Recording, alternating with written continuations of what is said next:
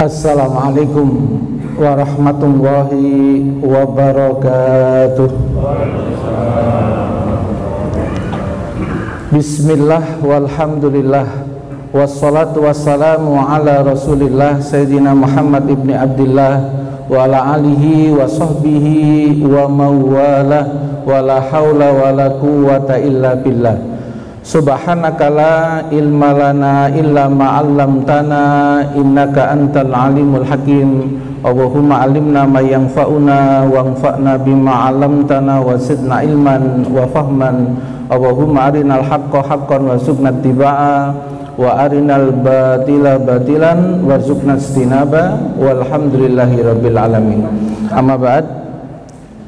Bapak-bapak, ibu-ibu sekalian yang dirahmati Allah Subhanahu wa taala, syukur alhamdulillah pada hari ini saya panjenengan semua masih ditakdirkan sehat, bisa melakukan amal soleh pada pagi hari ini. Semoga semua amal soleh kita diterima oleh Allah Subhanahu wa taala. Amin. Yang kedua, para jamaah sekalian, pada kesempatan kali ini insya Allah kita akan membahas kelanjutan dari bahasan materi yang lalu. Kalau materi yang lalu judulnya adalah faktor-faktor penyebab kesalahan dalam berpikir. Yang kita sudah pelajari ada 5 yang menyebabkan orang itu bisa salah mikir. Yang pertama, karena salah penginderaan. Wong lanang kadang salah krungon teko wong wedok, akhirnya salah paham, nggih Pak nggih. Soalnya fokus nonton bola, jadi akhirnya salah dengar. Soalnya fokusnya nang liyane, apa manene dia ngomong fokus HP. Nah, itu juga potensi salah paham. Nomor 2, ada orang itu salah mikir karena didominasi oleh hawa nafsu. Jadi bukan berdasarkan kenyataan. Ya, hakim ternyata terdakwa iku musolama, yo digelekno pasal yang berat, memberatkan, nggih Pak nggih, musuh. Makanya Quran mengatakan janganlah kebencian kalian pada suatu kaum membuat kalian berbuat tidak adil kepada mereka. Karena ngoten nggih Quran nggih.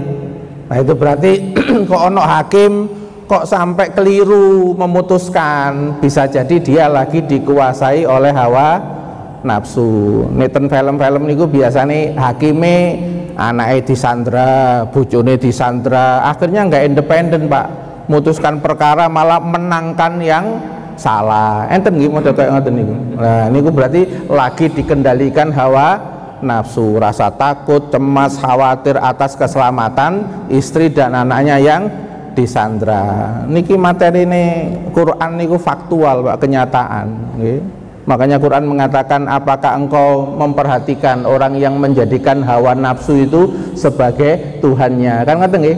Am taksabu anna aksarahum yasma'una au yaqilun. Apakah kamu menyangka mereka yang dikendalikan hawa nafsu itu mendengar yang benar, mikir sing benar? Ora, mereka tidak mikir yang benar. Yang ketiga, nanti kita temui ada orang yang salah mikir karena memang otaknya wis rusak Pak. Jadi sampean ojo meksa wong otake lagi masalah kok sampean ngongkon bener. Misalnya kena demensia, pikun misalnya. Jare sampean wis tak kei mangan, tapi ngomong nang anake sing liyane, aku lho gak dikei mangan karo dulurmu sing situk iki. Lho ngono sampean seriusi. Wong lagi kena demensia kok, pikun kok. Ya wis diomongne sing genah le, wingi lak wis dieru to jare dokter iki demensia, kena pikun. Dadi omongane iku aja dibenarkan 100%. Ada Pak, karena kerusakan otak. Materi ini yang kemarin bulan lalu itu supaya kita proporsional melihat kesalahan orang di dalam berpikir gitu. Niki penting napa mboten materi ini itu? Penting Pak, nggih. Ada orang itu rusak otak gara-gara gangguan mental nggih wonten. Kena schizofren, kena bipolar, akhirnya otaknya bermasalah karena dipengaruhi oleh mood, perasaan yang nggak teratur, hormonnya kakean, gak seimbang, mempengaruhi mikirnya Pak. Enten model ngoten niku. Nah, makanya itu juga menjadi faktor yang diperhatikan. Nek dek iku memang diomongi psikiater kok gangguan mental, ya nek ngomong ya kudu siap-siap. nek rada njelewar ngomongnya iku, sampeyan aja kaget. Iku berarti otaknya ada yang bermasalah. Niku kira-kira perlu dimaklumi apa dimarahi? Oh, nggih pinter berarti masuk paham berarti jenengan. Dimaklumi sing waras. Oh, paham. Nggih, pinter-pinter kok jamaah Radul Jannah. Nggih barokah majelis rutin ten Radul Jannah. Mugi-mugi pendiri Radul Jannah Yayasan juga dapat jariahnya. Amin ya rabbal alamin. Yang keempat, orang bisa salah mikir gara-gara salah informasi. Kesimpulannya jadi salah. Kalau di zaman peperangan itu dulu pakai telegram, Pak. Kadang-kadang pakai kode Morse. Nah itu kalau salah baca kode Morsenya seharusnya ndak dibom, jadi dibom, Pak. Bisa masalah no, betul. Nah itu berarti salah informasi, betul nggih? Atau yang kelima, ini yang paling parah, Pak. Jenengan kai dalil, jenengan kasih argumentasi kemanusiaan, jenengan kasih argumentasi kenyataan, ora berubah. Itu yang kelima, hatinya terkunci. Ya kayak Israel modelnya kayak niku hatinya terkunci. Sampai ngomongi pakai dalil ya gak mempan, pakai standar kemanusiaan ya gak mempan. Kenapa? Atine wis ketutup, sawaun alaihim a andartahum am lam tundirhum. Ya gak percaya, Pak. Wong dia itu dikendalikan oleh ambisinya. Orang itu kalau sudah dikendalikan oleh ambisi, Pak, ambisi itu kan gak terkendali toh, Pak. Ngapunten, jenengan gak ada anak, ambisinya tinggi gak karu-karuan terhadap seorang cewek. Tapi menurut sampean wis diteliti ya ono agene. Ya neliti nek iku gak cocok ya secara kaidah nasab, secara kaidah akhlak, agama gak cocok. Tapi nek dhek iku wis kadung ambisi karo arek iku, kira-kira nasihatnya orang tua masuk napa mboten? Mboten masuk. Itu apa maneh sing kena fanatik bareng ngono iku ya, sampai nek kena wong fanatik ku ketutup, Pak, sama fanatiknya itu dikasih masukan, kira-kira nerima napa mboten? Ngomong ini iku lak jaremu ngono, Pak, ngomong iku aku gak percaya. Nah itu jenis yang kelima, Pak, hati yang terkunci. Semoga kita nggak termasuk yang kelima, Pak, soalnya sing kelima ku sing iso nyembuhno mek Gusti Allah, Pak. Makanya nanti kalau jenengan ketemu ada orang muslim kemaksiatannya nggak karu-karuan, dituturi kok gak iso, iku sampean ojo maksa-maksa nuturi terus gitu. Wong model koyo ngono iku nulunge mek didongakno tok, mek iso diapii semampune, tapi umpama gak iso mek didongakno tok, dongane loro, Pak. Allahumma firlahu warhamhu, aja mbok terusno wafi wafu anu, sampean ku mati wonge ya. Loro tok lho ya.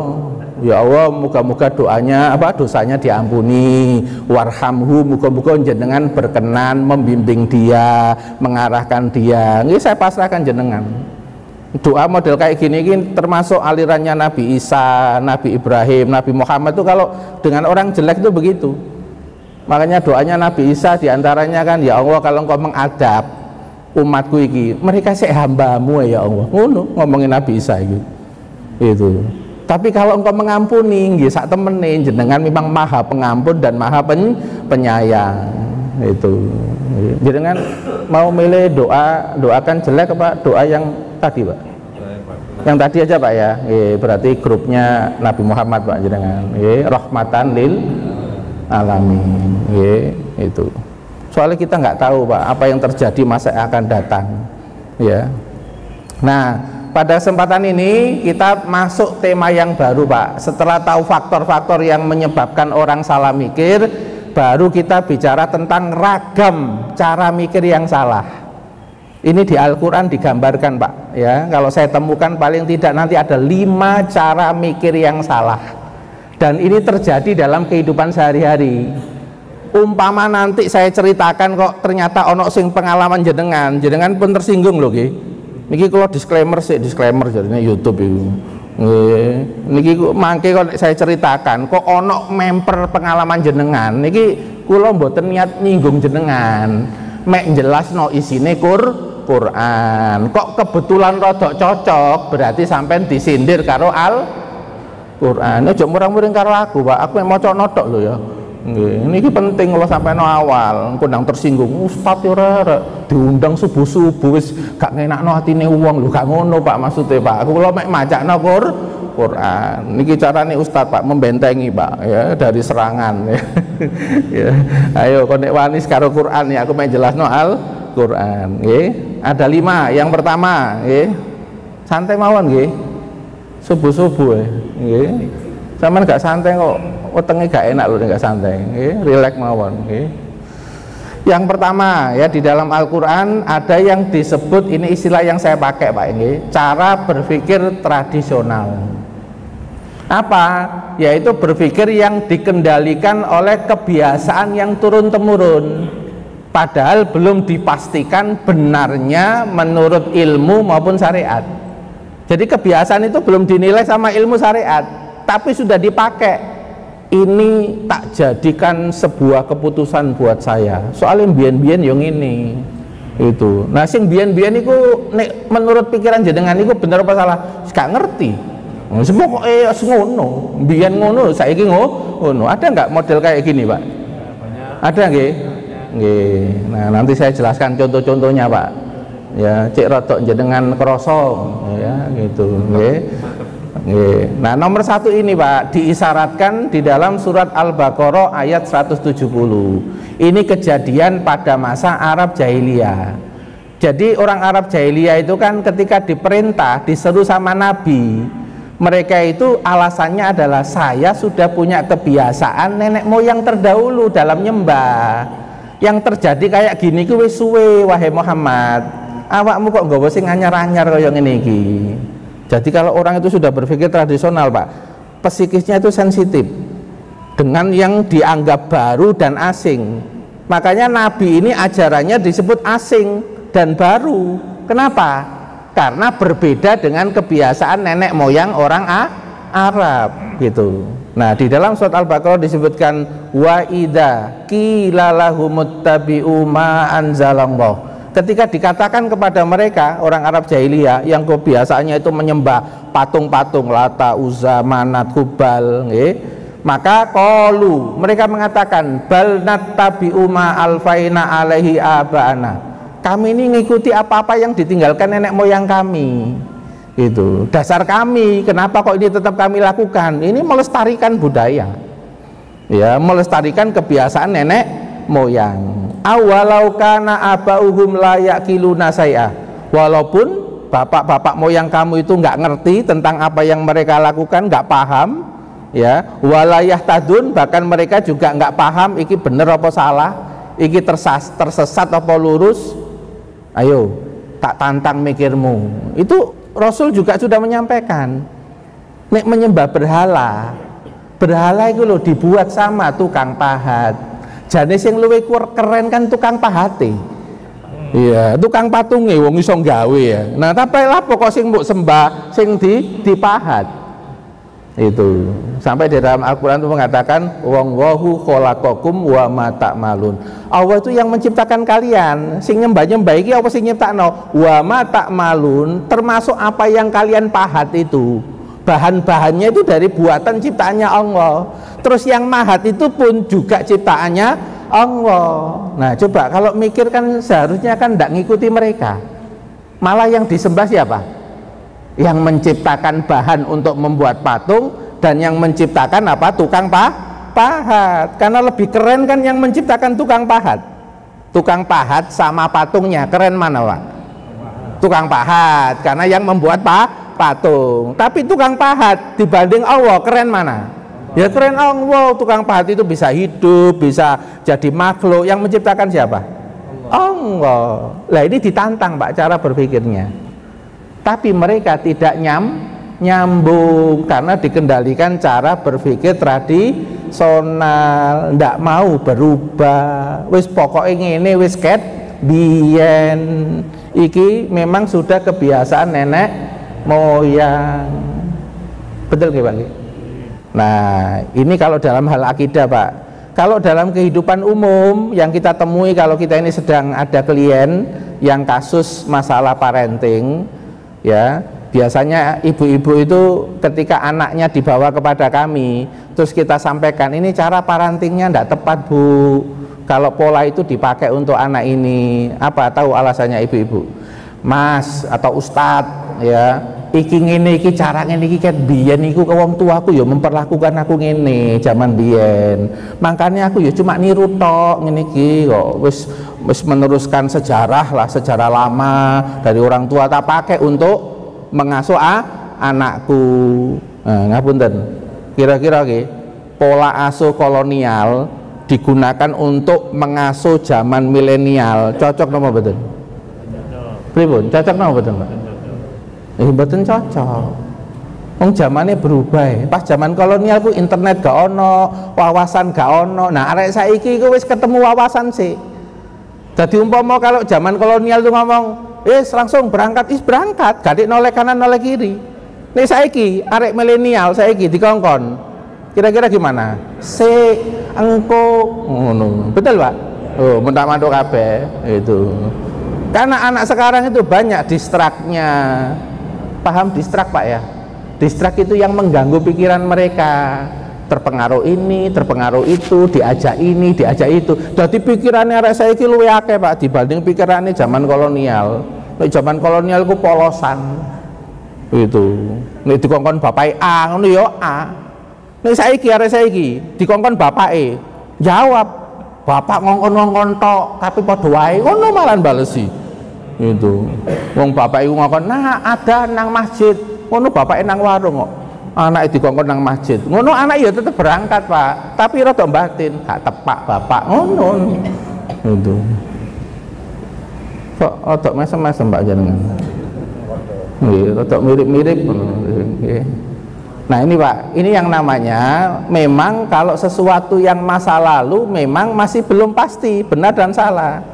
Ada Pak kebiasaan di masa Arab itu yang akhirnya diambil oleh Islam menjadi bagian hukum Islam, seperti menghormati tamu. Itu ditegaskan oleh Islam. Mangkana yu'minu billahi wa bil yaumil akhir fal yukrim dhaifahu. Hormatilah tamu. Di Arab jahiliyah sudah ada kebiasaan nih ono tamu memang dihormati, Pak. Gitu. Sama Islam ditetapkan, ditegaskan menjadi bagian syariat itu. Nah, kalau saya jelaskan begini itu biasanya kalau orang pakar hukum Islam biasanya dia ngomong al-adatul muhakama. Adat itu kan juga bisa menjadi hukum, Ustadz. Itu ada kaidah fikihnya. Nah, kalau belajar secara mendalam itu ada syaratnya. Adat kebiasaan yang berlaku lama di masyarakat bisa menjadi acuan hukum Islam kalau tidak bertentangan dengan dalil-dalil yang jelas. Jika tidak bertentangan dengan akidah, itu ada persyaratannya, Pak. Jadi jangan membaca kaidah umum tapi nggak tahu detilannya, lalu terus ngomong, loh kan budaya itu kan juga bisa menjadi hukum. Loh iya, tapi ono syaratnya, selama budaya itu tidak bertentangan dengan Islam. Makanya dulu kebijaksanaan para ulama itu ada, kalau ada kebiasaan dulu orang Jawa misalnya, biasanya kalau nyelameti, Pak, ya nyelameti itu kadang-kadang dia itu ngirimkan makanan-makanan tapi ke tempat-tempat sesembahan supaya dia selamat. Jadi ini namanya selamatan dino. Oh, awakmu rebo paing, akhirnya selamatannya dino rebo paing, tapi dibawa kemana? Dibawa ke tempat-tempat rumbuan. Nah itu sama Wali Songo dialihkan. Nek awakmu iku lahir iku rebo paing, ojo digawa nang kono, muspro, mubadir, gono faedahe. Lebih baik dikasihkan tetangga, dibelokkan, Pak, menjadi sodako. Terus dijelaskan, kok nek malah sodako tadfaul bala, inna sodako tadfaul bala. Sodako itu bisa mencegah bala. Bahkan nih awakmu iku loro, ya dawu mardokum bisodako, obati orang sakit diantara kalian dengan sodako. Ya, saya dulu waktu ibu saya masih gesang, ya masih hidup, ya Allahu yarhamha. Jadi kalau saya lahirnya Rebo Paing, ya nek teko pasar dong dibancai, dikirim nang tonggo. Ya dalilnya supaya apa? Luwe selamat, uripe enak, karena sodako itu bisa menjadi tawasul amal soleh supaya dimudahkan urusannya oleh Allah loh Pak. Itu ulama itu bijak.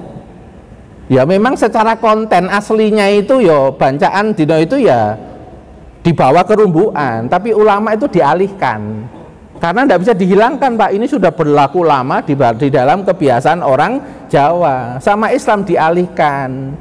Loh Ustadz, apa no dalil nek lahirnya itu pakai amal soleh? Nek Nabi lahir dino Senin, amal solehnya Nabi pakai puasa. Ketika ditanya lima sumta yaumal isnen ya Rasulullah, kenapa kok jenengan tuh puasa hari Senin? Yaumun wulidtu fi, hari aku puasa Senin tuh yaumun wulidtu fi, hari itu aku dilahirkan. Ya Rasul bersyukur dipilih menjadi manusia terbaik, menjadi penyampai daripada agama, rahmatan lil alamin. Ya beliau mengingat itu amal solehnya pakai puasa. Lah kok ulama pakai sodako ya gono batasan Wong Nabi juga nggak ngasih batasan dalam hadisnya. Konek lahir dino iku kudu poso, nggak ada begitu kok. Kalau nggak ada begitu ya berarti bisa dipahami secara umum loh Pak, kebijakan dalam Islam. Menarik Pak ya, agama Allah ini Pak ya, luar biasa ya. Tapi nek paham, nek gak paham iso kaku ini gak nemen-nemen Pak ya. Memahami Islam mek separo Pak iso dadi ekstremis ya, tapi juga ono gak dadi ekstremis, jadi orang saenake dhewe ya ono sing penting eling ngono tok.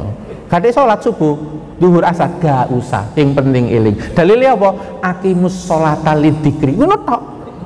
Jadi gak ono dalil sallu kama raaitumuni usolli, salatlah sebagaimana Nabi salat, gak dinggo Pak. Lah iki gawe satu dalil tapi yang lain gak dipakai, lak sak karepmu dhewe. Betul Pak?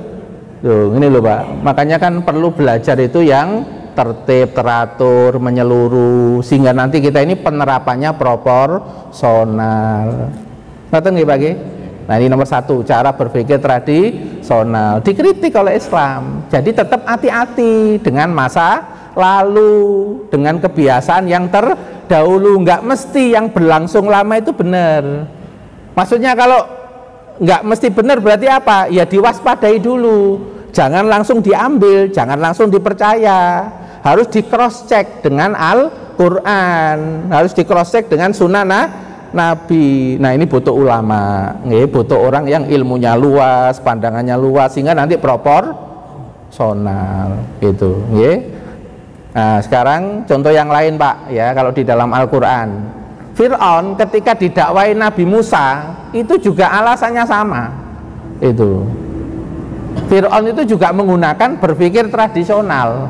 Nah ini dalilnya, surat Al-Qasas ayat 36. Falamma ja'ahum Musa, ketika ya Nabi Musa mendatangi mereka, maksudnya adalah umatnya Fir'aun sama umatnya, bi ayatina bayyinatin, dengan ayat-ayat kami yang jelas. Ya di dalam tafsir Al-Wasit karya Imam Tontawi Jauhari dikatakan ayat yang jelas itu pertama, tangan Nabi Musa yang ketika dikeluarkan dari saku bercahaya ya. Yang kedua, tongkat Nabi Musa yang berubah menjadi ular lalu menghabisi khayalan-khayalan tali yang seperti ular kecil yang kemudian dimakan sama ularnya Nabi Musa. Tangan yang ketika keluar bercahaya ya. Tangannya siapa Pak? Nabi Musa. Nih tangannya Ustadz keluar ireng, soalnya motoran gak nganggo masker tangan nih ya. Ini kalau Nabi Musa ini apa? Cahaya ya. Terus yang kedua tongkat. Itu ayat yang jelas, maksudnya Pak, mukjizat itu kudratullah, itu kuasa Allah. Melihatnya bukan pakai akal tapi pakai iman. Nek pakai akal tok gak nutut awakmu, harus pakai iman. Nah itu mereka mengatakan apa? Qalu ma hadza illa sihrun muftarah. Yang aku lihat ini, kata mereka, tangan Nabi Musa yang bercahaya, terus ular, tongkat berubah menjadi ular, ini sihir yang dibuat-buat ini sama Nabi Musa. Jadi mereka menggelari Nabi Musa itu secara tidak langsung sebagai penyihir. Makanya respon yang dilakukan oleh Fir'aun itu mengumpulkan tukang sihir. Jadi jangan kalau baca ayat-ayat secara runtut ya tentang kisahnya Nabi Musa, setelah Nabi Musa itu mendakwai Fir'aun lalu mengeluarkan tangannya bercahaya, itu pejabat-pejabatnya itu provokasi pada Fir'aun. Itu loh, Berarti Nabi Musa itu bukan sekedar biasa itu, tapi ono sihirnya itu. Nah, ini mau memasuki kota kita. Nah, kalau mau memasuki ini membahayakan istana. Maka saran kami, ya nanti kalau dibaca di dalam tafsirnya, kita kumpulkan aja tukang-tukang sihir. Ini soal itu nih level sihirnya kalah, nama baik kewibawaan kerajaan jenengan akan jatuh. Maka dikumpulkanlah tukang sihir. Nah, setelah dikumpulkan Pak tukang sihir, yang terbukti mukjizat siapa akhirnya? Nabi Musa. Bahkan tukang sihir, pakar sihir itu mengakui, lalu sampai mengatakan amantu, sampai beriman kepada Nabi Musa, Tuhannya Nabi Musa. Ini kan pakar sihir, nggak akan bisa membedakan antara mukjizat dan sihir kecuali pakarnya. Dan ketika melihat Nabi Musa, tentu gak sihir itu. Buktinya apa? Pertama, buktinya kalau itu bukan sihir, ketika Nabi Musa melemparkan tongkat, itu Nabi Musa ketika melihat tongkatnya berubah menjadi ular, itu melayu Pak ke belakang. Bersama Allah, akbil, balik, pertandingan kok melayu ini pertandingan nih, ayo balik. Ya, la takhaf innaka antal a'la, sampai dikasih motivasi. Orang tuh kalau pertandingan, kalau nih gak pede kan perlu motivasi Pak ya. Nah, itu ayatnya juga gitu, la takhaf, jangan takut khawatir, innaka antal a'la, saat temennya awamu unggul. Ya tukang sihir itu mek gayane tok ae, uloe akeh, cilik-cilik, gremet-gremet, tenang. Ya lakon menang. Nah, keri. Itu teknik kejiwaan di Al-Qur'an itu luar biasa, Pak. Jadi salah satu bukti tukang sihir apa? Nek tukang sihir gak mungkin belayu. Wong sihir itu dalam kendalinya tukang sihir kok malah belayu, takut dengan sihirnya. Nek belayu berarti gak sihir iki. Berarti ini berasal dari luar kekuasaannya Nabi Musa. Akhirnya beriman. Loh, coba bayangkan, Pak. Ya, nah coba ayat berikutnya, wa ma sami'na bihada fi abainal awalin. Lalu ketika itu nggak mempan, Pak. Alasannya kan maksudnya dengan sihir dia mau mengalahkan Nabi Musa. Setelah ditampakkan bukti yang nyata, dia berkelit lagi dengan mengatakan, kami nggak pernah dengar model ajaranmu wahai Nabi Musa, model koyok ini kami nggak pernah dengar min abainal awalin, dari bapak-bapak moyang kami yang terdahulu. Para jamaah sekalian, omongan Fir'aun ini pun ini juga bertentangan dengan kenyataan. Kenapa? Fir'aun itu kan gelar untuk kerajaan Mesir, untuk raja-raja Mesir. Dalam sejarah ada kelompok Fir'aun, maksudnya raja di Mesir, yang pernah masuk agama tauhid, yaitu pada masa Nabi Yusuf alaihissalam. Dan Nabi Yusuf itu generasi sebelum Nabi Musa, berarti generasi Nabi Yusuf itu ya disebut sebagai nenek moyang. Nah, ini berarti kan omongannya Fir'aun ini kan bertentangan dengan kenyataan. Fir'aun ono rojo sing dari kerajaan Mesir itu yang sudah pernah beriman dan bertauhid, yaitu pada masa Nabi Yusuf alaihissalam. Memang pada saat itu tidak memproklamirkan, dia tidak menyuarakan, tapi dia beriman bertauhid kepada ajarannya Nabi Yusuf. Itu nanti bisa dibaca di sejarah, Pak. Di sejarah tentang Nabi Yusuf alaihissalam. Nah ini, Pak, berarti kalau orang berpikir tradisional itu jumut napa mboten, Pak? Jumut itu artinya dia nggak bisa menerima perubahan, betul nggih, Pak? Karakter psikisnya itu jumut. Yang kedua, agak sensitif, Pak, dengan yang baru yang bertentangan dengan budaya lamanya. Ya, makanya kalau di dalam Islam teknik dakwah kepada orang yang terkena berpikir tradisional itu nanti ada tekniknya. Nanti insya Allah kita bahas secara khusus, insya Allah biquwatihi. Sekarang kita bahas yang kedua, ya. Yang kedua setelah cara berpikir tradisional ada lagi cara berpikir emosional, yaitu berpikir yang dikendalikan oleh perasaan suka dan tidak suka. Ada nggak, Pak, orang tuh memutuskan sesuatu berdasarkan suka dan tidak suka? Ada nggih? Oh banyak nggih. Oh berarti Quran itu luar biasa ya. Oh no, ternyata untuk kenyataan. Nang rapat, Pak, pokoknya aku mau. Loh tapi kan benar keputusannya pokoknya aku mau. Lah apa? Sing mutusi musuhku. Berarti sing mutusi yang dibenci. Berarti ini memutuskan sesuatu berdasarkan benci apa berdasarkan rasional, Pak? Oh benci. Ini yang disebut dengan cara berpikir emosional. Nah, di dalam Al-Quran dikasih isyarat, Pak, di dalam surat Al-Baqarah ayat 216 ketika Allah menyatakan kutiba alaikumul qital fahuwa kurhul lakum, diwajibkan atas kalian berperang, padahal itu sesuatu yang kalian nggak suka. Kenapa? Berperang, satu, potensinya awakmu mati, yang kedua, potensi kedua, awakmu terluka parah, loro kabeh, yang ketiga, ada yang kehilangan, ada orang-orang yang sedih karena kehilangan di dalam peperangan. Apalagi dulu waktu perang Tabuk itu ketika ikut perang harus bawa modal sendiri, Pak. Nek nggak bawa modal sendiri nggak boleh ikut itu. Nah, makanya dikatakan perang itu memang tak wajibkan untuk menegakkan agama Allah, karena pada waktu itu dengan tablik, dengan nasihat gak mempan itu. Nah, yang dengan tablik dan nasihat gak mempan itu ya Mekah itu, Pak, karena saking kerasnya, saking kuatnya berpikir tradisionalnya. Karena berpikir tradisionalnya itu dikendalikan oleh pejabat-pejabatnya. Memang dilestarikan, Pak. Kenapa, Pak, kalau dilestarikan? Yodai tetap eksis, supaya tetap eksis. Karena dengan kebiasaan budaya masa lalu ini, aku sek terhormat terus. Iki nek ono nabi anyar, lalu sing dihormati akhirnya nabi, kira-kira kehilangan kehormatan apa mboten?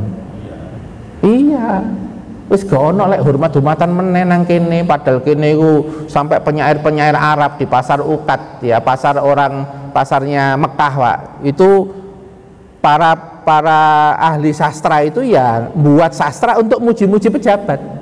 Dan mereka seneng, mereka ngasih hadiah, terus yang dipuji juga seneng. Iki nek ono nabi, koyok ngene lah ilang meneh iki. Aku lak ra iso memanipulasi lagi, malah ono nabi anyar iki. Omane nabi ini jujur koyok ngene, disuap gak iso misan. Nggih, Pak. Loh, merasa terancam, Pak. Itu. Nah, bagi mereka ini nanti bisa berbahaya. Para jamaah sekalian, cara berpikir emosional ini dijelaskan di dalam surat Al-Baqarah ayat 216. Wa asa antakrahu syai'an fa huwa khairul lakum. Bisa jadi kamu itu tidak suka pada sesuatu, tapi itu baik loh buat kalian. Perang pada masa Nabi itu mereka nggak suka karena potensinya nyawanya hilang. Tapi bagi agama pada waktu itu perlu ada apa mboten? Perlu ada, karena posisinya Nabi juga diserang oleh orang-orang Mekah untuk mempertahankan supaya kemudian eksistensi agama ini supaya tidak hilang. Khususnya pada saat itu perang Badar, Pak. Perang Badar itu kan sampai Nabi itu berdoa, doanya ekstrim, Pak. Ya Allah, kalau ini sampai Badar ini kalah, wis selesai wis. Mari wis gono agama-agama meneh wis, mati kabeh ya apa ya Allah. Jadi dongane Nabi ku rada agak ini, Pak, rada agak ngancam Allah ngono, Pak, dalam tanda petik loh ya, bukan ngancam ini, Pak, ya. Iki sok nik sampai mati kabeh ya Allah. Itu sopo sing ane nyembah jenengan, wis mati kabeh, nabine mati, pengikutnya mati gitu. Ya. Nah, itu akhirnya ditolong napa mboten, Pak? Ditolong. Memang Allah Subhanahu wa taala itu begitu, Pak. Dikasih yang kritis-kritis, tapi nanti ketika kok merendah, pas dikasih kritis terus kita ini merendah, terus kita ini betul-betul minta, mesti dikasih, Pak. Amay yu'jibul muttar idza da'an. Betul ya? Pernah dengar ayatnya ya? Siapa yang bisa memberikan ijabah ketika dalam kondisi darurat, ketika kamu itu doa? Siapa? Hanya Allah. Nah, ini kalau di ulama tasawuf itu kalau doa pengen cepat mustajab itu harus menghadirkan jiwa yang muttor, jiwa yang darurat. Nah, model-model kayak Nabi tadi itu, Pak. Ya Allah, darurat nih, ini mati semua ya Allah, saya sama sahabat spray ya Allah, spray kono sholat-sholatan ya, wis kono kajian-kajian ini spray kabeh gitu. Ya Allah, demi keberlangsungan, nah begitu, Pak. Demi keberlangsungan agama ini mohon dong pakai dong bareng, soalnya dekat, Pak. Paham gak maksudnya, Pak, ya? Nah, para jamaah sekalian, jadi orang itu menganggap bahwa perang itu buruk karena dia tidak suka, padahal ada kewajiban-kewajiban syariat yang tidak enak tapi itu baik buat kita. ngapunten, termasuk keadaan-keadaan takdir yang menimpa kita. Ngapunten, kere niku menurut jenengan enak napa mboten? Auto angel jawab kita. Pertanyaan lain, auto angel jawab. Soge. Ya, soge itu menurut jenengan itu enak napa mboten? Enak. Nggih. Ngapunten. Sekarang saya tanya, moro-moro dikain dadak soge, tapi malah medit. Terus pundi, Pak? Dadak soge, malah mari ngono pamer gawe karnaval. Sinten Pak yang pernah melakukan itu? Korun Pak, ndodok soge malah karnaval. Pamer dia, ya kekayaannya dipamerkan. Betul nggak betul?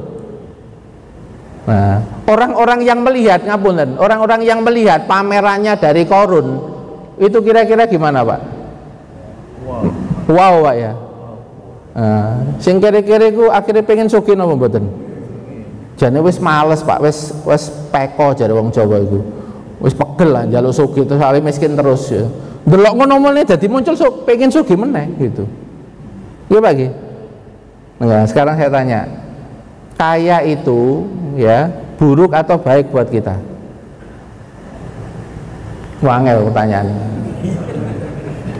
Sangel jawaban ini. Soalnya ini pertanyaan hawa nafsu Pak.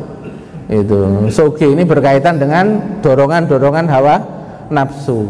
Termasuk ketika tanya miskin niku napa enak apa enggak?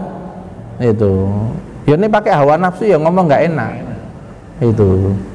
Tapi kalau bagi orang yang banyak dosanya Pak, ya banyak dosanya, miskin itu ada enaknya. Soalnya ya ngurangi dosa. Soalnya kan sorone luwih akeh. Nggih, wong miskin iku sorone luwih akeh napa mboten? Ada hadis Nabi, Pak.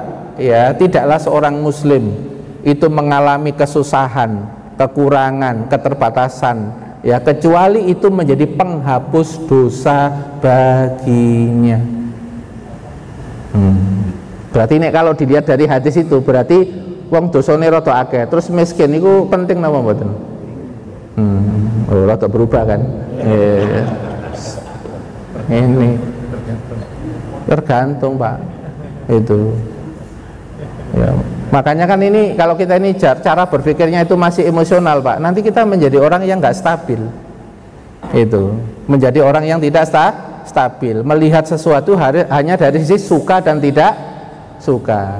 Makanya sahabat Umar bin Khattab kan sampai mengatakan begini, la ubali, aku tidak peduli apakah pagi hari aku menemukan yang aku suka atau tidak aku suka, karena aku tidak pernah tahu kebaikan Allah itu ditaruh di mana. Karena Allah itu kadang bisa menaruh kebaikan itu pada yang kita suka, memang ada.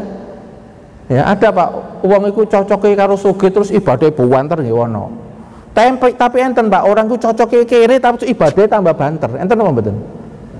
Ono sing gak kuat derajat karo miskin Pak, malah mangkel nang Gusti Allah terus ngomong gak adil. Memang dia gak kuat derajat DKI miskin. Ada juga sih gak kuat derajat DKI sugih, malah belaran nang naik klub, welek wedokan, bareng ngono iku. Diundang pengajian maneh ngono pamene. Ya, ada itu. Paham nggih maksud saya penjelasan nih Pak ya? Nah, maka jangan sampai terjebak cara berpikir emosional. Yang ketiga, ya, waktu ini selantak ya. Ono 5 ya Pak. Ya. 5 ya. Yang ketiga, cara berpikir yang terhipnotis. Ono ya nang Quran ono berpikir yang terhipnotis bareng. Ini istilah saya supaya kita nanti bisa masuk ya di dalam pikiran kita, ya. Yaitu apa? Berpikir yang dikendalikan oleh kesan mendalam hingga daya kritis kita melemah. Jadi yang ditampilkan tuh yang wow, lalu kemudian mempengaruhi kesan, kita takjub, kita terpesona, mari ngene rada goblok wong iki. Ketika takjub dan terpesona ini biasanya model-model kayak gini ini dipakai di kalangan aliran sesat. Ya, pemimpinnya itu koyok sakti, terus dihadiri oleh orang yang udah lama, terus dia itu ngajak orang yang baru, terus didelokno iki lho pemimpin, keren kan? Kertas lho, kono angkane, ditutup lalu berubah menjadi angka. Ini model ngono. Ya, nek wonge gak ngerti itu sihir, itu sulap, kan terkesima apa mboten? Pak? Terkesima. Ini model-model begitu. Ya. Yang kedua, ini juga dipakai dalam dunia serangan budaya kepada negara muslim. Jadi misalnya ada budaya dari luar, Pak, dibawa ke Indonesia, tapi ditampilkan dengan entertain, ya, dengan casing, yang casing itu sangat menarik perhatian ABG. Sampai ABG itu ternopon ini ABG istilah ini. Ndelok yang menakjubkan, terpesona, terkesima. Akhirnya apa, Pak? Dia tidak memperdulikan yang dia ikuti itu bertentangan dengan syariat apa enggak. Ada enggak model begini, Pak? Ini yang namanya terkena berpikir yang terhipnotis. Dalilnya mana? Dalilnya di surat Al-Maidah ayat 100. A'udzubillahi minasyaitonirrajim. Qul, katakanlah, la yastawil khabisu wat thayyibu. Tidak sama antara yang buruk dan yang baik. Walau a'jabaka kasratul khabis.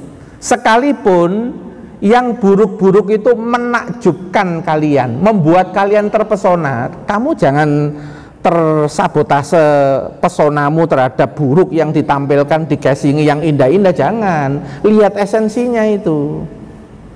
Makanya kan dunia sekarang itu kan dunia entertain, Mbak, ya. Ya, kalau dalam dunia ekonomi namanya dunia marketing. Marketing itu yang ditonjolkan pertama kali kan yang menarik. Ya, apalagi sekarang ini dunia scroll, TikTok gitu. Ya, pokoknya didelok kok gak cocok, langsung ditinggal. Udah gitu, Pak. Jadi akhirnya marketing itu pun juga disetting di detik 0 sampai 10 gimana itu menarik perhatian.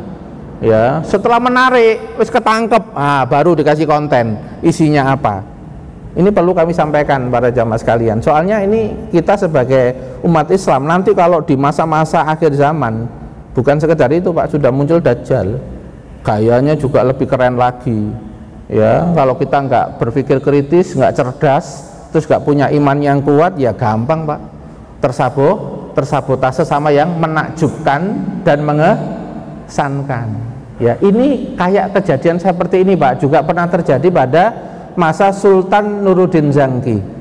Ya, beliau ini di Syria, Pak, tapi beliau itu dimimpihi sama Rasulullah bahwa aku ini sedang disakiti. Padahal Rasulullah kan kuburannya kan di Madinah. Ya.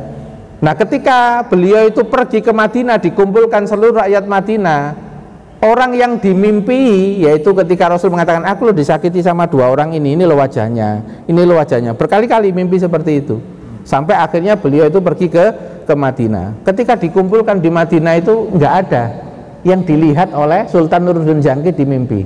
Terus tanya, masih adakah orang yang belum kumpul? Masih ada 2 orang.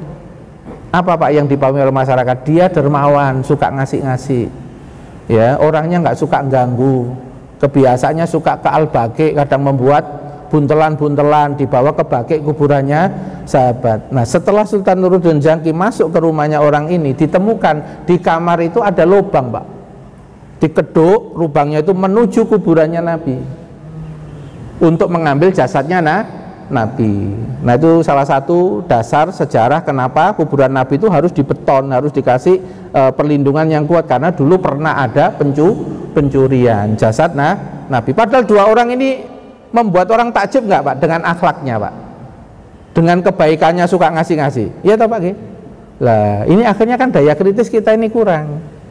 Padahal di dalam agama kita tetap proporsional. Iya, dia ada kebaikannya, tapi kalau ada keburukannya kita juga tetap harus mengingatkan, karena kita ini watawasau bil haqq watawasau bis sabr, supaya beruntung semua, kan begitu, Pak. Bukan berarti kalau ini ngapunten, para jamaah sekalian, kalau di dalam dunia konsultasi kami itu ada sampai orang tua itu tidak mau mengingatkan anaknya, gara-gara apa? Karena orang tuanya ini sering dikasih sama anak itu. Padahal anak itu perilakunya ada yang buruk dan orang tuanya tahu. Berarti pada saat itu kan orang tuanya akhirnya kan tidak punya kemandirian, Pak, karena merasa tidak enak, terhipnotis. Apa malah nek transfer gak ngitung-ngitung gitu. Nukok nopo gak ngitung-ngitung ini. Butuh apa ngono ya. Gak wani, Pak. Ya Allah, astagfirullahaladzim, nggih. Ini nomor 3 para jamaah sekalian, nggih. Ini kalau saya paksakan sampai jam itu ya Bapak. Nggak usah contoh-contoh ya Pak. Ya berarti Pak ya, seri berikutnya nggih. Nggih, seri berikutnya. Sebelum seri berikutnya para jamaah sekalian, ini saya sampaikan satu ayat sebagai contoh dari terhipnotis. Jadi contoh terhipnotis itu adalah kaumnya Qarun, kaumnya Nabi Musa, khususnya ketika melihat Qarun itu lagi karnaval, Pak. Ketika Qarun itu mendapatkan kekayaan yang sangat luar biasa, ya, maka orang-orang yang melihat itu mengatakan begini, ya laitalana mislama utia Qarun, ya Allah, andai saja kami itu memiliki sebagaimana yang sudah diberikan pada Qarun. Daneo yo, kan ini pernah nggih? Ono omongan Jawa ngono iku. Daneo yo iso sugih kaya ngono, lah enak. Wis bejo. Pernah nggak krungu omongan kaya ngono? Iki penting saya sebutkan. Iki kudu hati-hati karo omongan kaya ngene iki. Engko nek dikira nek sugih terus bejo, belum tentu, Pak. Nek sugihne carane salah ya gak bejo, Pak. Ketokane bejo tapi sebenarnya nggak bejo. Ya jangan terpengaruh sama tampilan yang menakjubkan, Pak. Esensinya itu loh, setelah menakjubkan, esensinya berikutnya bagus apa enggak? Kalau bagus is okay, enggak apa-apa.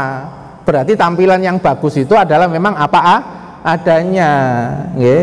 Nah, kemudian waqalal ladzina utul ilma, dan berkatalah orang-orang yang diberikan ilmu. Berarti apa? Melihat kenyataan itu bukan perasaannya yang terdorong dulu, tapi ilmunya dulu yang nangkep. Beda enggak, Pak? Orang kalau ada kenyataan, emosinya dulu yang nangkep sama ilmunya dulu yang nangkep, beda enggak? Beda nggih? Contoh wong lanang, moro-moro bojone cerewet level dewa. Ya. Ini kalau yang laki-laki itu hanya menggunakan perasaan. Aku wis ngekei iki lak tanggal 6, mau yo wis tak transfer. Wis tanggal 6 wis tak transfer, kadang mau tak kei bonus kok aku malah diomeli ngene. Itu pakai perasaan apa ilmu? Pakai perasaan. Kalau pakai ilmu, ketokane kumat iki ketokane. Ya pakai ilmu. Gawane lagi muncul, iki gawane lagi muncul. Iya, sik gurung mari memang sik proses kok. Melu coaching kelas sih, kelas pembinaan tapi memang gurung mari sik proses. Oh, berarti lagi kumat ya wis kafarat muga-muga dihapuskan dosa saya, ngalami gak enak. Ngono, Pak. Ini yang namanya menggunakan apa? Mikir gitu, menggunakan kaidah ilmu. Jadi perasaannya dikendalikan kaidah ilmu. Gak apa-apa wis aku mbiyen ya pas ngelamar ya kebengen memang ya. Kebengen itu maksudnya nggak pati teliti loh, Pak ya. Maksudnya itu nggak pakai tes psikologi, nggak pakai apa gitu. Ya wis lah berarti ki jodoh. Oh berarti ini namanya pakai kaidah ilmu. Berarti aku nek dikei bojo sing cerewet kadang jengkelno, aku eling ya ana ayat wa ja'alna ba'dakum li ba'din fitnatan. Kami jadikan sebagian manusia untuk manusia yang lain itu batu ujian. Atas birun maukah latihan sabar. Oh berarti menurut ayat ini aku dilatih sabar karo Gusti Allah. Jadi aku mau dijadikan pakar sabar, cuma gak nang jobo, nang jero mawonge. Ya ana terus gitu. Iki nek sampai aku jadi ahli kendali emosi dengan pasangan yang begini, waduh, masya Allah, dadi wali itu ini, ya. Itu berarti mikir pakai ilmu apa betul? Pakai ilmu, Pak. Kalau pakai ilmu itu nanti sabarnya muncul. Sebagaimana ayat Al-Quran, kaifa tasbiru ala malam tuhit bihi khubra. Bagaimana kamu bisa sabar atas sesuatu yang kamu nggak punya pengetahuan yang cukup tentang yang kau sabari. Jadi jenengan sabarnya itu kuat kalau jenengan punya ilmu yang cukup tentang yang disabari.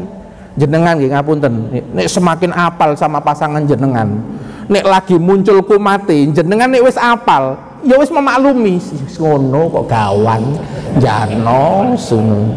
Padha karo jenengan lho Pak ten komunitas, kan sering kumpul kan komunitas gitu, terutama ibu-ibu niku, kulineran bareng. Ya karo wong sepolo iku nandi-nandi ya karo wong sepolo iku. Lah iki ana siji sing sering dadi masalah. Masalah iku ya ngono-ngono ae. Sing komen, sing kurang iki. Nah, kanca-kanca niku wis paham, jarno ta. Dek iku kurang perhatian jarno ngomong-ngomong jarno. Pokoke delokno aja mbok lebokno ati. Wis ngono ae kok. Oh, ngono titit bareng. Itu kayak tondo. Nggih. Iku nek kanca-kanca sing 9, Pak. Dengan satu ku wis apal karena wis 5 tahun, akhirnya memaklumi apa mangkel? Memaklumi. ya gurung waras njarno didongakno ae. Itu mungkin ini lho gurung bukan psikolog kok gak iso dandan wis dongakno ae. Wis muga-muga dhek sadar ketemu psikolog ngono ae kok. Ya, itu ketika caranya seperti itu lebih ringan apa mboten? Lebih ringan, Pak. Itu ada perkara-perkara yang itu memang orang dengan karakter buruknya itu nggak bisa Pak dodok langsung baik, nggak bisa, butuh proses. Nah, siapa yang memproses? Orang sekitarnya. Kalau orang sekitarnya itu nyikapi yang buruk tambah parah. Tapi kalau orang sekitarnya itu gak iso nangani, ya minimal wis dongakno. Yang doa tak itu Pak, Allahumma firlahu. Aja diterusno tapi sing liyane. Tetep Allahumma firlahu warhamhu ngono ae. Itu mungkin ini bukan psikolog ya Pak, ya gak iso nangani maksudnya ya berarti didongakno apik sik ae, dipasrahno perbaikane nang Gusti Allah. Ngoten Mbak, niki baru 3, masih ada 2 lagi. Berarti serial nggih. Nggih, sebelum saya tutup mungkin ada yang bertanya, silakan. Apa bedanya manhaj dan madhab? Kalau orang umumnya tahunya madhab, manhaj itu apa? Itu aja. Ini kalau ini sudah pertanyaan kelas atas Pak, ya manhaj sama madhab ini biasanya pertanyaannya kelas ustadz, nggih. Tapi tetap saya jawab, nggih. Kalau manhaj itu maksudnya metode, ya metode yang dipakai untuk menilai sesuatu, memahami sesuatu, mengamalkan sesuatu, itu namanya manhaj, namanya metode. Kalau terjemahan umumnya itu metode. Nah, nanti manhaj itu ada 2, ada manhaj yang benar, ada manhaj yang salah. Karena metode ini juga tetap usaha dari para manusia untuk merumuskan sesuatu. Itu misalnya ya, manhaj dalam memahami Al-Qur'an. Nah, ini biasanya untuk para mufasir. Kalau para mufasir saat membaca Quran dan menafsirkannya harus tahu metodenya. Contoh salah satu metodenya, misalnya ketika di lafadz Al-Quran itu ada lafadz yang umum, misalnya nggih, satu ayat, watilkal ayamu nudawiluha bainan nas, hari-hari itu akan aku pergilirkan di antara manusia. Ini kalau para mufasir menggunakan kaidah, konteks ayat ini kan kaitannya dengan perang Uhud. Berarti hari yang dipergilirkan itu hari kemenangan dan kekalahan. Kalau hanya melihat asbabun nuzul. Tapi dalam kaidah tafsir itu ada kaidah Pak, al-ibra bi umumil lafzi. Pemahaman sebuah ayat itu bisa diambil umumnya lafaz, nggak harus terpengaruh sama asbabun nuzul. Nah, ketika ini kaidah ini dipakai, muncullah pendapat Imam Ibnu Athaillah As-Sakandari di dalam kitab Tajul Arus. Ketika beliau menafsirkan ayat ini, beliau mengatakan apa? Hari-hari itu maksudnya yang dipergilirkan bukan hanya kemenangan dan kekalahan. Hari sakit, hari sehat juga dipergilirkan pada manusia. Kaya, miskin juga dipergilirkan. Ono sing miskin, dodok sugih ada nggak Pak? Soalnya tanah Irilan laku 3 miliar. Itu murah-murah langsung dodok sugih OKB Pak, orang kaya baru, wong kenek tol Pak, terus regane larang ya, wingi miskin terus dadak kaya. Ada nggak yang kaya dadak miskin? Oh, kena gelombang tsunami, nggih, mek 5 menit Pak jablas Pak, kena mbak tsunami, nggih. Nah itu namanya apa? Dipergilirkan, lapang sempit, kaya miskin, bodoh. Ada nggak Pak orang itu pinter tiba dodok goblok, ada nggak? Nah, itu kena stroke, kena bagian memori goblok dadak. Ya, kecelakaan kena gegar otak ya goblok dadak Pak, wong kena gegar otak lali kabeh. Nggih Pak nggih. Berarti dipergilirkan, nggak hanya sebatas apa? Kemenangan sama kekalahan. Kalau konteks ayatnya perang Uhud, tapi ada kaidah ibrohnya lafadz itu bisa dari umumnya lafadz. Karena lafadznya itu watilkal ayam. Kalau di dalam tafsir Tobari dikatakan yaumun lak wa yaumun alaik, hari yang beruntung buat kamu dan hari yang merugi buat kamu. Kalau lapang itu menguntungkan apa merugikan Pak? Lapang menguntungkan. Nek kesempitan merugikan. Miskin merugikan Pak. Nang mall sampean niku ndelok bandrol, kalau ndelok dompet, bandrol sampai kenger, miskin nih. Ini sugih kan langsung ngambil Pak, wis pokoknya seneng ambil, nggih Pak nggih. nyomot-nyomot ngono. Lah itu. Paham nggih maksudnya nggih? Nah, itu manhaj, Pak. Manhaj itu metode. Nanti pemakaiannya banyak. Ya, nanti ada manhaj dalam tafsir, manhaj dalam hukum. Itu manhaj dipakai untuk metodenya. Nah, sedang kalau madhab ini berarti adalah hasilnya. Ya, misalnya Imam Syafi'i punya manhaj hukum, akhirnya pendapatnya keluarnya begini. Itu. Imam Ahmad itu manhaj hukumnya begini, pendapatnya yaitu madhabnya, pendapatnya keluarnya begini. Nah, itu madhab itu hasil. Ya, hasil setelah orang itu menggunakan manhaj. Nggih, paham nggih maksudnya nggih? Nanti kalau menggunakan istilah manhaj sama madhab. Nggih, ampun. Nggih, monggo. Waalaikumsalam. Ini saya mau tanya bab yang ketiga tadi, kerusakan fungsi otak. Saya itu telah mendapati teman, Pak, yang kadang-kadang berpikirnya kurang enak, kadang-kadang berpikirnya gimana gitu. Tapi saya itu berpendapat untuk diruqyah, yang saya tanyakan bagaimana sih ruqyah itu boleh gimana? Ya, jadi begini para jamaah sekalian. Ruqyah itu bukan pengobatan satu-satunya. Artinya dia bukan sebagai obat satu-satunya untuk mengatasi penyakit psikis. Karena kerjanya begini para jamaah sekalian. Orang itu kalau psikisnya bermasalah, ya, mentalnya kan lemah. Nah, psikis bermasalah itu berarti hawa nafsunya itu banyak yang error, nggak terkendali. Nah, ini kalau dalam dunia kejiwaan, ini ada pintu yang terbuka sehingga yuwaswisu fi sudurinas ini masuknya lebih kuat. Kenapa? Karena ini jiwanya lagi goncang. Kalau dapat bisikan setan, ini bisa gampang kesurupan, ini bisa gitu. Nah, makanya solusinya kalau dalam agama bukan hanya sekedar ruqyah, tetapi solusi utama itu adalah harus ada program perbaikan jiwa. Karena kalau program perbaikan jiwanya ini tidak dilakukan secara terus-menerus, ini nanti sing pegel sing ruqyah, Pak. Ya, jadi kok ustaz sing ruqyah setane ya metu, wedi karo Qur'ane. Ngono sing maca sampean kan soalnya sampean pas maca keweden nih, jare setane. Maca kok wedi gak ngefek ngono jarene. Energine gak ngefek gitu. Nah, tapi kalau yang maca ustadz yang tenang, damai, ya langsung metu memang setannya. Tapi kalau kemudian ini pergi ustadznya, bisa kembali lagi karena benteng pertahanan jiwanya belum diproses. Itu. Makanya kalau di dalam Islam itu qad aflaha man zakkaha. Sungguh sukses orang yang menyempurnakan jiwanya. Zakah itu artinya bukan hanya toharo, Pak. Zakah itu dipakai untuk nama zakat yang artinya ya toharo ada, anama mengembangkan juga ada, sehingga menerjemahkan ayat ini sungguh sukses orang yang mengembangkan jiwanya, menyempurnakan jiwanya dari nafsu amaroh berubah menjadi lawama, suatu saat menjadi nafsu yang mutmainah. Nek mutmainah gak iso Pak diganggu setan. Mutmainah. Setan yo prei, ngaplo jare wong Jawa itu. Kono kerjaan rek, tutul jana wis mutmainah kabeh. Yes, muga-muga nggih kula panjenengan diparingi mutmainah. Amin ya rabbal alamin. Saya kira itu dari saya, semoga bermanfaat. Kita tutup dengan istighfar. Astaghfirullahaladzim, astaghfirullahaladzim, astaghfirullahaladzim. Subhanaka Allahumma bihamdik, asyhadu an la ilaha illa anta, astaghfiruka wa atubu ilaik. Assalamualaikum warahmatullahi wabarakatuh.